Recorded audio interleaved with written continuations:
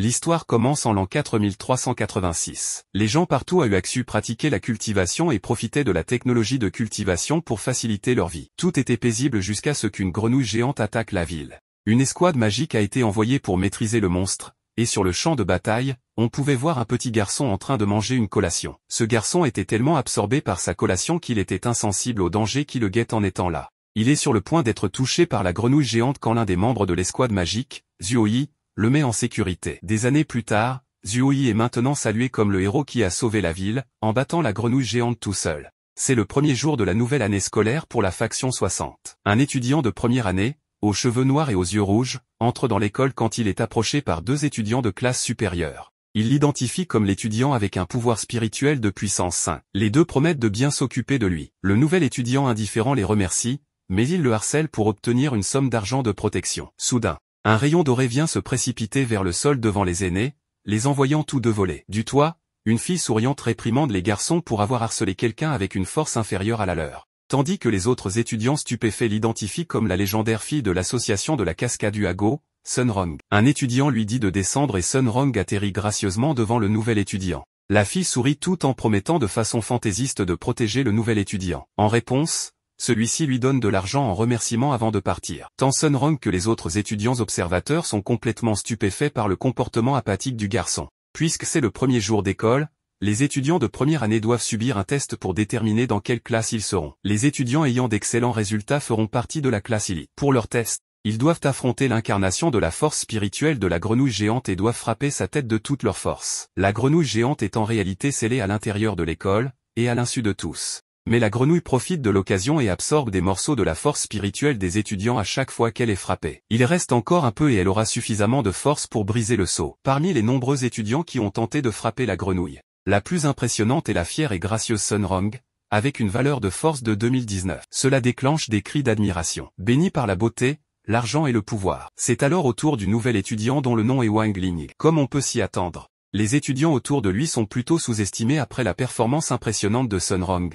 Mais la grenouille a une réaction assez différente. « Attends, pourquoi j'entends de la musique de boss ?» demande la grenouille alors que Wang Ling s'approche. La musique de boss est si épique qu'elle ramène la grenouille à l'époque où elle a semé la destruction à Uaziu. Il s'avère que Zuoyi n'était pas si puissant que ça. En fait, il a été battu par le monstre. Mais juste avant que la grenouille ne puisse le vaincre, c'est le petit garçon lui-même qui l'a éliminé alors que sa propre musique de fond jouait. L'enfant n'est autre que Wang Ling, et il déteste être dérangé pendant qu'il mange des nouilles croustillantes. Ayant reconnu la musique du boss, la grenouille commence à paniquer, sachant très bien que si Wang Ling le frappe, son âme et son esprit seront anéantis. Pendant ce temps, Wang Ling réfléchit à contenir au maximum sa force spirituelle et faire semblant de faire de son mieux. Wang Ling court mollement vers la grenouille. Mais avant même qu'il puisse la frapper, quelque chose d'étrange se produit. L'écran qui diffuse sa performance devient statique, et quand la diffusion revient, la grenouille géante est allongée sur le dos. Tout le monde est stupéfait par cela, et le calculateur de force entre en surcharge, affichant une série de 9 pour sa note. Mais ils ne sont pas les seuls choqués par ce retournement de situation. Wang Ling lui-même trouve cela étrange car il n'a même pas touché la grenouille. L'administrateur de l'examen se précipite dans la salle,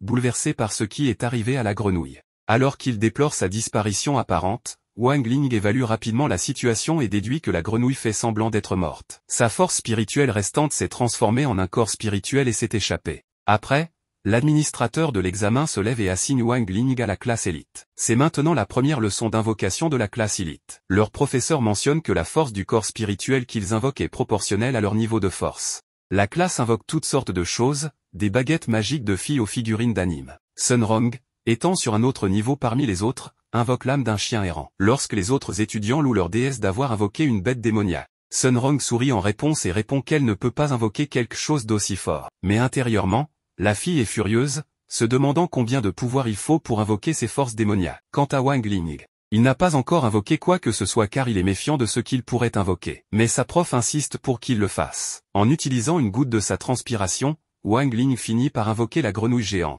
qui se plaint de devoir affronter à nouveau le garçon puissant. Dans leur panique, certains des étudiants sortent de la salle. Heureusement, leur professeur sauve la situation en utilisant le chien que Sunrong a invoqué. Elle fusionne la grenouille géante et le chien à l'aide d'un talisman, formant ainsi une bête spirituelle mignonne de type chien. Les étudiants finissent par en être enthousiasmés et l'appellent Hera, tandis que Wang Ling sort de la classe. Lors de l'accouchement, Wang Ling est sorti tout seul du ventre de sa maman. Il a même commencé à marcher dès qu'il est sorti du ventre, et cela a tellement effrayé son père qu'il a perdu connaissance. On ne peut pas lui en vouloir. Wang Ling a des parents très attentifs, qui le gâtaient avec des jouets quand il était bébé. En raison de ses grands pouvoirs, il peut aussi entendre les pensées des gens, si bien qu'il savait déjà dès son plus jeune âge que les gens ont tendance à ne pas dire ce qu'ils pensent vraiment. Depuis lors, Wang Ling a toujours maintenu un profil bas. Mais Wang Ling a rompu ce serment de normalité quand il a battu la grenouille à l'âge tendre de 6 ans. Ses parents ont vu cela et à ce moment-là, ils ont décidé qu'il était préférable pour lui de redoubler d'efforts pour rester discret. Son père a cherché sur Internet des moyens de contenir les forces spirituelles,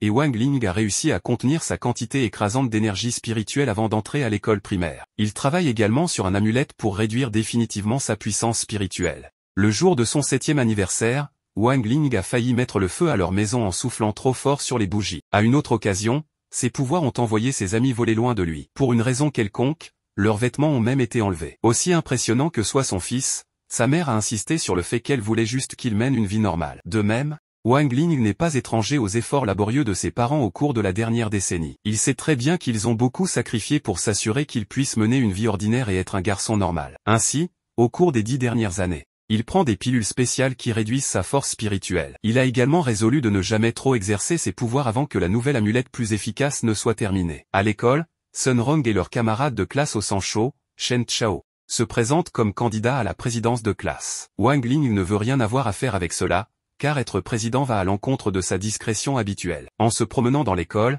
il remarque que les nouilles sèches sont en vente. Alors il se ferait un chemin à travers la foule d'étudiants, espérant attraper un paquet. À ce moment-là, un homme au look louche paie tout ce qui est vendu dans le magasin et dit à la foule que tout dans le magasin est gratuit pour les nouveaux venus tant qu'ils votent pour Sun Rong.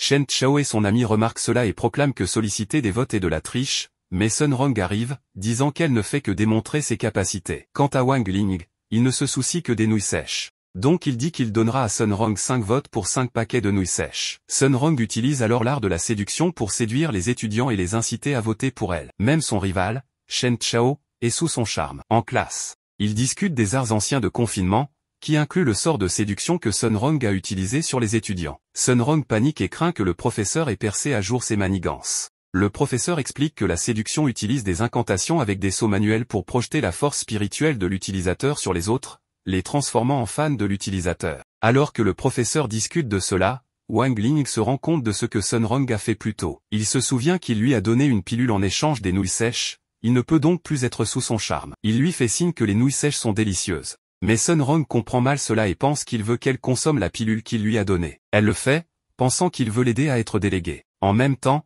le professeur leur dit que le manque de puissance spirituelle mettra fin à la séduction avant qu'elle ne fonctionne. Et comme la pilule réduit la puissance spirituelle, le sort de Sun Rong sur les étudiants se brise promptement. Le professeur demande ensuite à Sun Rong de démontrer le sort dont il avait parlé. Mais Sun Rong est faible à cause de la pilule.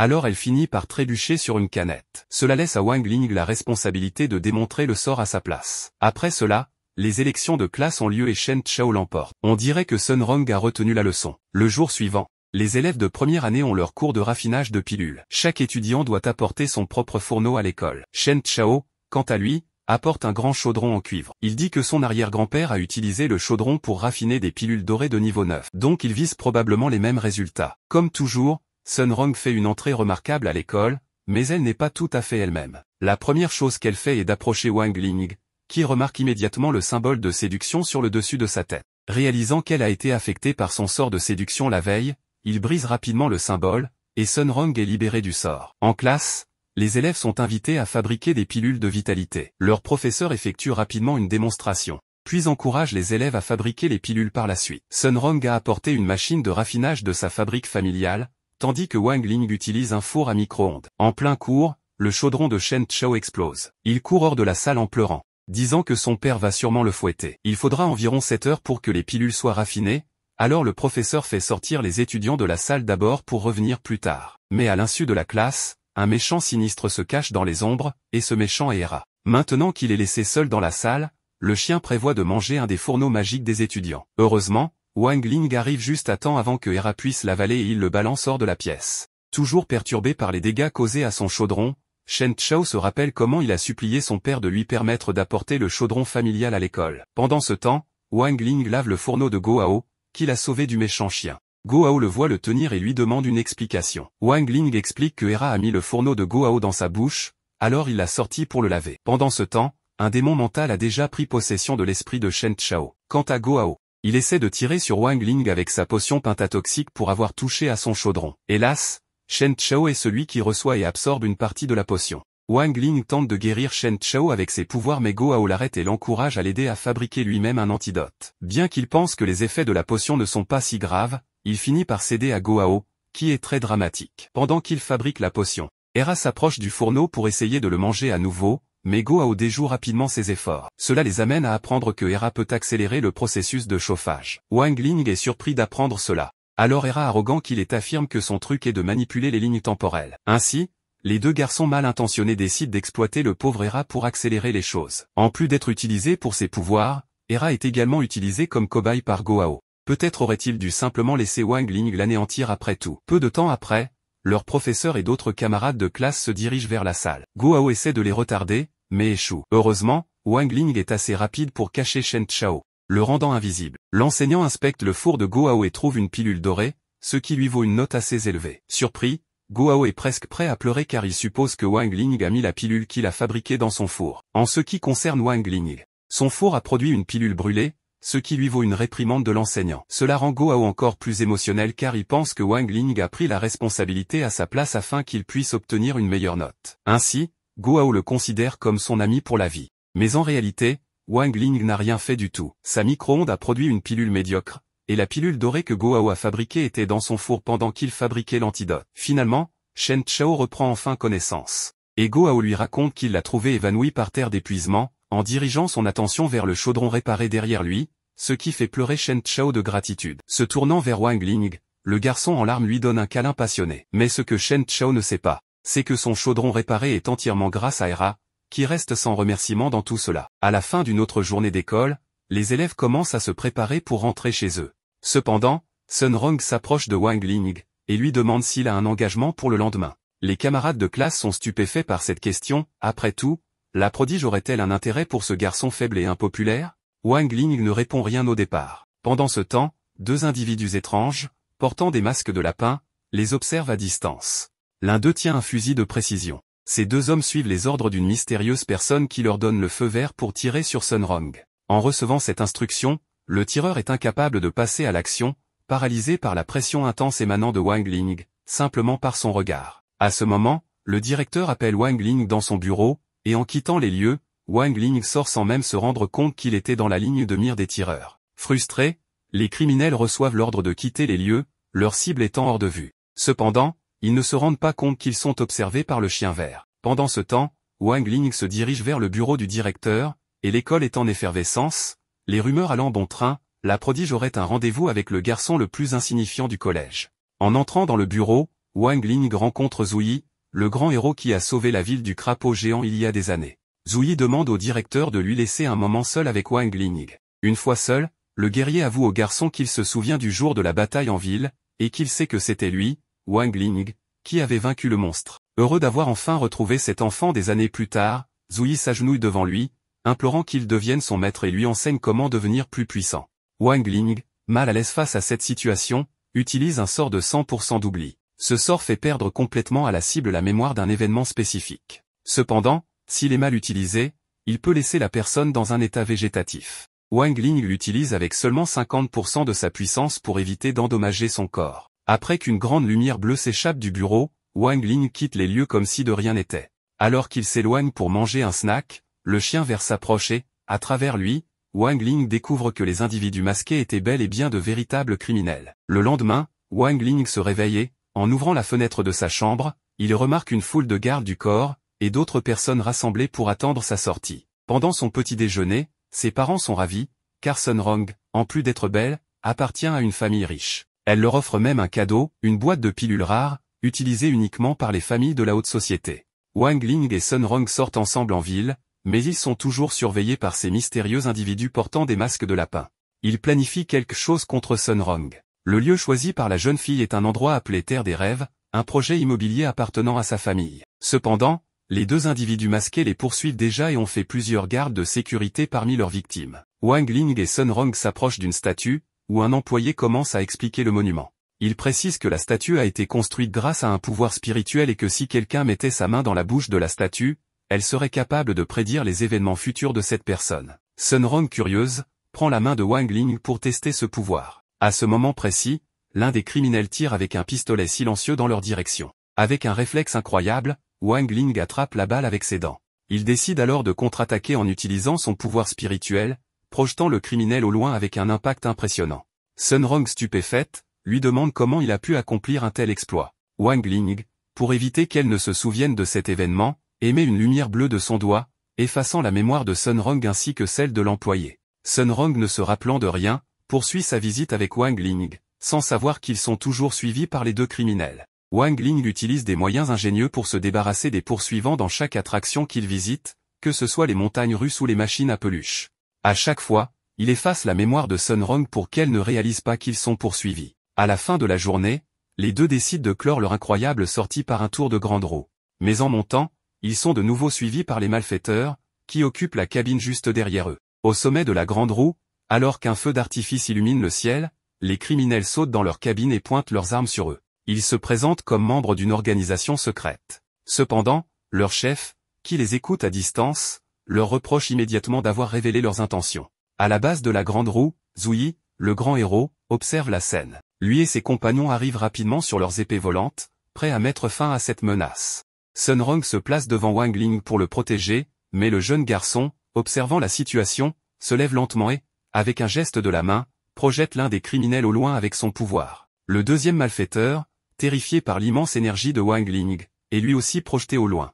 Cependant, il est intercepté par un oiseau de feu invoqué par Sun Rong qui le frappe de plein fouet. L'impact déclenche un magnifique feu d'artifice dans le ciel, illuminant la scène. En observant cette vue incroyable, Wang Ling décide de ne pas effacer la mémoire de Sun Rong cette fois-ci, lui promettant que ce moment resterait leur secret partagé. Le lendemain, nous observons une sorte de mouche robot espionner les élèves du collège, particulièrement Wang Ling, qui arrive pour un nouveau jour de classe. Ce dispositif de surveillance est utilisé par ceux qui les poursuivaient la veille. Peu après, Guo s'approche de Wang Ling pour en savoir plus sur ce qui s'est passé lors de leur sortie. Sun Rong arrive également, accompagné de nombreux gardes du corps. Le directeur de l'école explique que ces gardes sont nécessaires car les criminels sont toujours en liberté. Sun Rong est surprise, car elle ne se souvient pas d'avoir été poursuivie. Profitant de l'occasion, Wang Ling annonce devant tout le monde qu'il a neutralisé les ninjas masqués. Dans un flashback, nous voyons Wang Ling et Sun Rong descendre de la grande roue, accueillis par des guerriers et quelques gardes. Sun Rong s'en va rapidement, tandis que Wang Ling discute avec Zhuyi,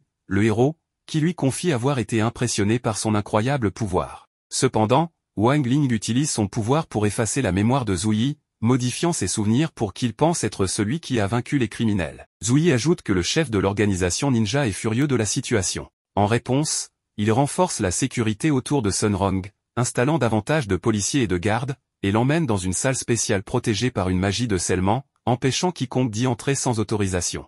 Cette salle est si sécurisée que même la mouche espion ne peut y pénétrer sans être détruite. De plus, une équipe spéciale appelée 7 étoiles est déployée, comprenant des tireurs prêts à contrer toute attaque aérienne. Lorsque la cloche sonne, les cours commencent, et Sun Rong et ses amis restent dans la salle protégée. Cependant, un membre de l'organisation criminelle réussit à infiltrer l'école par les souterrains et arrive dans la cour avec une grande facilité. Il se nomme Shu Feng, le troisième ancien de l'équipe marteau. Avec son marteau magique en forme de cuisse de poulet, il met KO plusieurs gardes en quelques secondes, formant une pile de corps.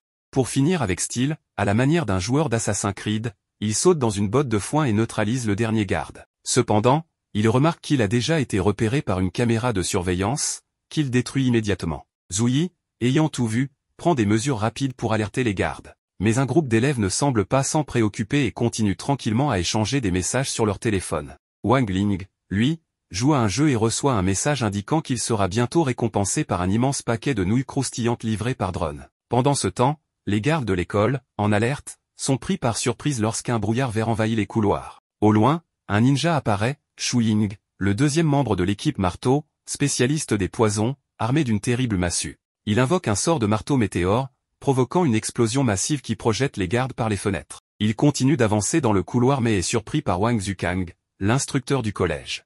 Le professeur lui tire un projectile en forme de croix à grande vitesse, mais Shu Ying parvient à esquiver. Le projectile heurte le mur, provoquant d'importants dégâts. Cependant, ces deux criminels ne sont qu'une distraction, car un troisième membre participe à l'infiltration.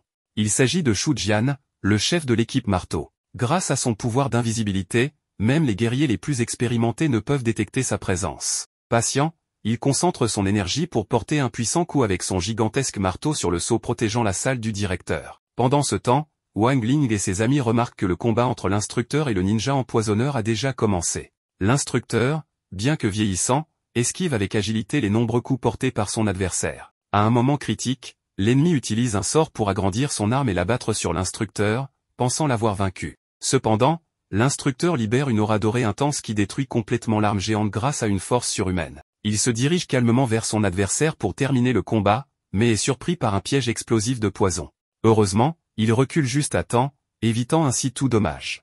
Voyant que sa mission de diversion est accomplie, Shu Ying s'échappe. Cependant, dans sa précipitation, il se cogne contre une porte et tombe. Pendant ce temps, Wang Ling sort de la salle pour aller chercher son prix de nouilles. Alors que Shu Ying se relève, il est capturé par l'instructeur. Dans la cour, Shu Feng, qui a déjà neutralisé tous les gardes de la zone, se retrouve face au chien mascotte des élèves. Pensant s'en débarrasser, il tente de caresser l'animal. Cependant, le chien mord ses doigts brutalement. Shu Feng réussit à se libérer en agitant violemment le chien, mais il constate qu'il a été drainé de son énergie et de sa vitalité, son apparence devenant instantanément plus vieille. Le chien se transforme alors en sa véritable forme, un roi crapaud démoniaque. Avec toute sa puissance, il prépare une attaque massive. Shu Feng essaie d'esquiver, mais affaibli, il reçoit l'attaque de plein fouet. L'explosion qui s'ensuit alerte Wang Ling, qui, sur le balcon, reçoit son prix de nouilles instantanées livré par drone. En voyant Shu Feng, il découvre la présence du criminel. Shu Feng, furieux d'être démasqué par un simple garçon, révèle son identité et utilise son gigantesque marteau pour attaquer Wang Ling. Une énergie sans précédent se libère, causant des dégâts dans des endroits éloignés à travers le monde. Lorsque la poussière retombe, Wang Ling apparaît indemne. Non seulement il a survécu, mais il a aussi détruit l'arme de Shu Feng, pourtant classée comme artefact divin.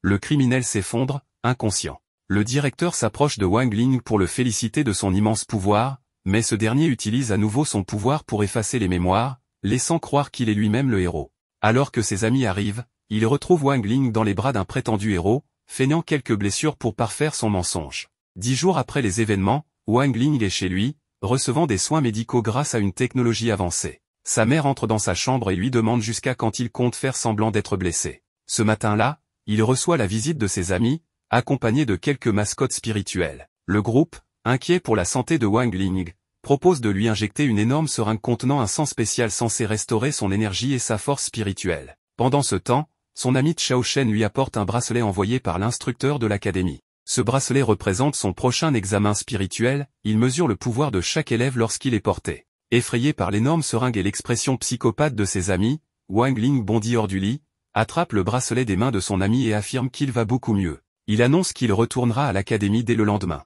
Chao Shen avec son bracelet, montre comment le test va se passer. Le premier test consiste à concentrer son énergie dans la paume de sa main pour former une sphère spirituelle. Le bracelet évalue alors le potentiel de chaque élève. Chao Shen avec un score de 600 points, parvient à créer une sphère de force. Il explique que cette épreuve est différente du premier examen, car les élèves peuvent façonner leur énergie selon leurs désirs, ce qui est appelé l'énergie du culte. Dans une autre école, des élèves passent également l'examen. Liang Zheng est appelé pour tenter sa chance.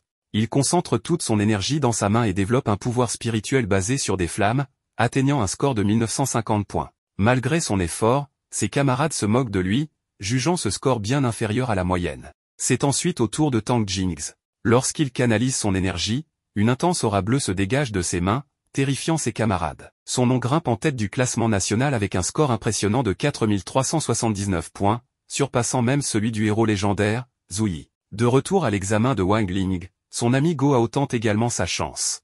Malheureusement, sa minuscule sphère d'énergie atteint seulement 176 points. Dévasté par ce résultat, il envisage même de sauter par la fenêtre, mais son ami Chao Shen l'en empêche de justesse. Wang Ling demande alors à Sun Rong, une autre amie, pourquoi elle n'essaie pas le test. Elle hésite, craignant ce qui pourrait arriver si elle libérait tout son pouvoir. Ses amis la rassurent en lui faisant une référence hilarante à Dragon Ball, lui rappelant qu'elle est riche et n'a donc rien à perdre. Finalement, elle accepte de passer le test. Un tremblement secoue toute la maison lorsque Sun Rong libère son énergie. La prodige ne déçoit pas et atteint un score phénoménal de 4015 points, se plaçant à la 2e position du classement national. Ses amis se tournent alors vers Wang Ling, le seul du groupe à ne pas encore avoir passé l'examen.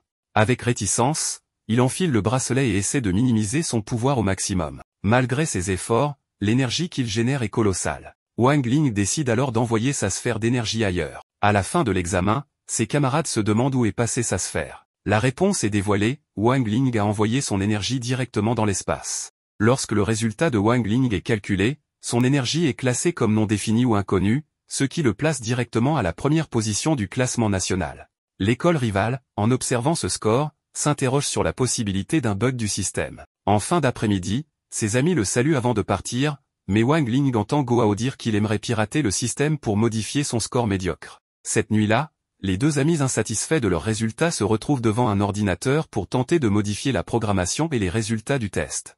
Wang Ling change son score à 175 points pour sortir de la première position et éviter d'attirer l'attention. Pendant ce temps, deux élèves de l'école rivale tentent de comprendre si le score en tête du classement a été modifié ou s'il est bien réel. Gohao essaie de créer un sceau magique capable de générer le mot de passe nécessaire pour accéder au serveur central des scores, mais il échoue complètement. Lorsque le mot de passe apparaît, il est crypté par 8 astérisques, et personne ne peut voir les caractères réels. Wang Ling décide alors de tenter sa chance et, en saisissant les 8 astérisques, parvient à accéder au système. Gohao, incrédule, continue le plan en se dépêchant pour éviter d'être détecté. Cependant, ils doivent agir vite, car un séjour prolongé dans la base de données pourrait les exposer. Alors que Gohao se précipite pour modifier les résultats, les deux élèves rivaux ne parviennent pas à accéder aux informations, car le système est déjà sous invasion. Gohao se souvient de Tang Jingz, un élève arrogant de sa classe, et décide de se moquer de lui en manipulant son nom dans le système. Mais en creusant trop loin dans les données, Gohao déclenche le pare-feu de sécurité, activant immédiatement une alarme d'intrusion. Pris de panique, les deux groupes d'élèves se déconnectent rapidement de la base de données. L'ami de Wang Ling lui dit qu'il n'a pas réussi à modifier son propre score, mais qu'il a veillé à ne laisser aucune trace de leur intrusion. Ainsi, les résultats restent inchangés. Le lendemain, certains élèves revenant d'un test spirituel remarquent que le nom du président de leur classe a été modifié. Tout le monde commence alors à se moquer de lui. Pendant ce temps, une élève hacker conclut en disant que lors du tournoi des épées spirituelles prévu pour le mois prochain, ils auront l'occasion d'affronter ses rivaux intrigants. Tang Jingz déclare avec détermination qu'il les affrontera bien avant cela. Les instructeurs obtiennent les résultats des tests et découvrent que Wang Ling est arrivé premier, bien qu'il soit considéré comme un élève moyen à l'académie. Comme lui et Sun Rong font partie du top 10, leurs adversaires seront des étudiants d'une autre école, réputés au-dessus de la moyenne, lors du tournoi de l'épée spirituelle. Les professeurs discutent du fait que les deux écoles se sont affrontées 24 fois dans le passé, mais que leur académie n'a remporté qu'une seule victoire. Avec la présence du héros Zouyi, on observe Wang Ling et ses amis qui s'amusent, alors que l'académie adverse, leurs élèves s'entraînent à utiliser à la fois la force physique et le pouvoir spirituel pour renforcer leurs utilisations des épées en situation de combat. Lors d'une interview, le président de l'école adverse affirme que, grâce à de la discipline et un entraînement intense, leur 59e promotion sera capable de remporter la compétition. La journaliste lui demande son avis sur la 60e promotion, et il répond qu'il est impatient d'affronter Sun Rong, qui figure parmi les meilleurs. Cependant, lorsqu'il est interrogé sur Wang Ling, il devient soucieux et reste silencieux. Pendant ce temps, Wang Ling et ses amis regardent attentivement cette interview à la télévision du réfectoire. Tandis que tout le monde est concentré, Wang Ling, lui, reste complètement détendu face à la situation. Dans le bureau du directeur, les instructeurs discutent de l'équipe qui représentera l'école. Madame Pan, une enseignante, s'oppose à l'idée de confier cette responsabilité à des élèves de première année. Mais Zouyi la rassure en lui disant que tout se passera bien et qu'elle ne doit pas s'inquiéter. L'équipe choisie est composée de Wang Ling et ses 3 amis. Cependant, un problème se pose, une équipe doit compter 5 membres. C'est alors que le héros a une idée brillante, ou pas, ajouter le chien mascotte comme 5e membre. Lorsque l'instructrice Pan l'interroge sur ce choix absurde, Zouyi utilise un sort pour transformer le chien en humain. Malheureusement, la magie échoue, et le résultat est catastrophique, un être à tête de chien vert. Horrifié, il annule immédiatement la fusion ratée. Il explique ensuite que la participation du chien ne pose aucun problème, car d'autres animaux spirituels ont déjà participé à des tournois précédents. Pour enregistrer la puissance du roi démon, ils lui mettent un bracelet de test, car il n'avait jamais participé aux examens auparavant. Le directeur demande alors que son pouvoir soit enregistré avec une valeur de 5000, ce qui le place directement 2e dans le classement. Zouyi dit ensuite au chien vert que s'il remporte la compétition, il envisagera même de briser les chaînes qui le retiennent à l'école. À l'académie rivale, les élèves se moquent du président Teng, qui vient d'être déclassé dans le classement, dépassé par un simple chien. À la fin de la journée, Zouyi finalise les préparatifs pour le tournoi. Il confie à l'instructeur des examens la mission de notifier les 5 membres sélectionnés. Le soir même, chaque membre de l'équipe reçoit un message sur son téléphone confirmant leur sélection pour représenter l'académie. Ils ont 3 jours pour préparer leurs épées spirituelles. Shen Chao, ému par la nouvelle, en informe immédiatement son père, qui, sans hésiter, lui offre l'épée spirituelle Li Chao. L'arme que Shen Chao possède est dans sa famille depuis sa naissance. Cependant, il avoue qu'il n'a toujours pas réussi à insuffler un esprit dans son épée. L'instructeur l'encourage en lui disant qu'il a beaucoup de persévérance et qu'un jour, il y parviendra. Go a également choisi sa propre lame magique, une arme fabriquée à partir des dents de la bête spirituelle de rang 3 tigres de la nuit démoniaque. Il la possède depuis 8 ans, mais il est dans la même situation que son ami, il n'arrive pas à insuffler un esprit dans son arme. Lorsque Sun Rong est interrogée sur son épée spirituelle, elle décide d'ouvrir un live pour la montrer à ses camarades et à l'instructeur. Elle sort alors son trésor de famille, et tout le monde est étonné, son épée dégage déjà une aura spirituelle. Une lumière bleue éclatante l'entoure, preuve qu'elle a dû s'entraîner très longtemps pour atteindre ce niveau. L'instructeur questionne ensuite Wang Ling et le chien vert à propos de leurs armes spirituelles. Shen Chao intervient, moqueur, en disant que le chien n'est qu'une mascotte et ne peut pas avoir d'armes spirituelles. Pourtant, contre toute attente, le chien envoie une photo où il tient une épée. L'examinateur explique alors à tout le monde que l'infusion d'un esprit dans une épée demande beaucoup de patience. Au début, le pouvoir est chaotique, mais avec de l'entraînement, l'aura bleue finit par se stabiliser, prenant soit la forme d'une petite bête, soit une apparence humaine dotée d'une intelligence propre. Ce n'est qu'au semestre prochain que les élèves apprendront davantage sur les épées spirituelles. En attendant, il leur conseille de créer un lien émotionnel avec leurs armes. Les instructeurs demandent alors à Wang Ling s'il possède une épée spirituelle. Tranquillement, après avoir mangé un snack, il répond simplement oui, mais refuse de la montrer. Pendant ce temps, à l'académie rivale, le président Teng remet à son instructrice la liste des combattants qui représenteront leur école. La femme, étonnée, remarque qu'il n'y a que 4 noms au lieu de 5. Teng sourit et dit que le 5e membre sera cette personne. L'instructrice frissonne de peur. Avec ce choix, la victoire serait assurée. Au même moment, dans une ruelle sombre, plusieurs élèves sont violemment battus et frappés par un seul individu. Ce mystérieux combattant vient d'être personnellement convoqué par l'instructrice pour rejoindre l'équipe du tournoi d'épée spirituelle. Son comportement agressif est en totale contradiction avec les standards de l'école, ce qui laisse entendre qu'il s'agit d'une arme secrète, gardée cachée jusqu'à présent. Cette même nuit, après avoir entendu les explications sur le tournoi, Wang Ling ne semble pas vouloir participer. Il a peur d'utiliser son pouvoir durant la compétition et de provoquer une catastrophe planétaire. Malgré son manque d'enthousiasme, il se rend tout de même auprès de ses parents pour leur poser des questions sur son épée spirituelle. Ces derniers sont en train de regarder les informations où l'on apprend que le héros de la ville et son équipe ont démantelé les plans de l'organisation des masqués, les mêmes criminels qui le poursuivaient auparavant. L'équipe du héros a finalement découvert et envahi leur repère secret.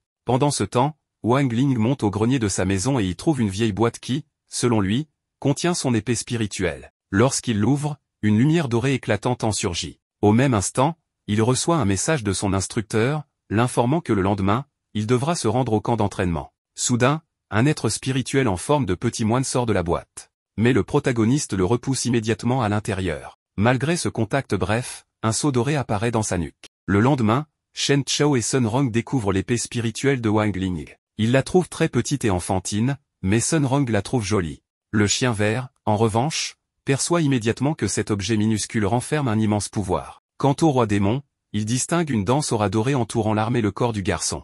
De son côté, le directeur arrive à l'école, accompagné des 2 instructeurs. Il annonce que la première phase du tournoi durera 5 jours et que les élèves seront logés ensemble. Il remarque alors que Wang Ling n'a emporté aucune valise ni sac. En réalité, Wang Ling ne veut pas participer. Son plan est simple, faire semblant de s'évanouir et dire qu'il a mal au ventre pour être disqualifié. Alors que tout le monde est prêt à partir, le héros de la ville reçoit une information urgente de l'un des membres de son escouade. Il annonce qu'il ne pourra pas accompagner les élèves. Pendant ce temps, quelques mètres derrière leur bus, un véhicule suspect roule discrètement. À l'intérieur se trouve la chef de l'organisation criminelle, qui a un plan pour éliminer Sun Rong une bonne fois pour toutes. Elle croit à tort que c'est le héros de la ville qui déjoue constamment ses plans. Sa nouvelle stratégie est de leurrer les héros à l'aide d'un clone explosif. Elle a conçu une copie parfaite d'elle-même, portant un compteur dans les yeux.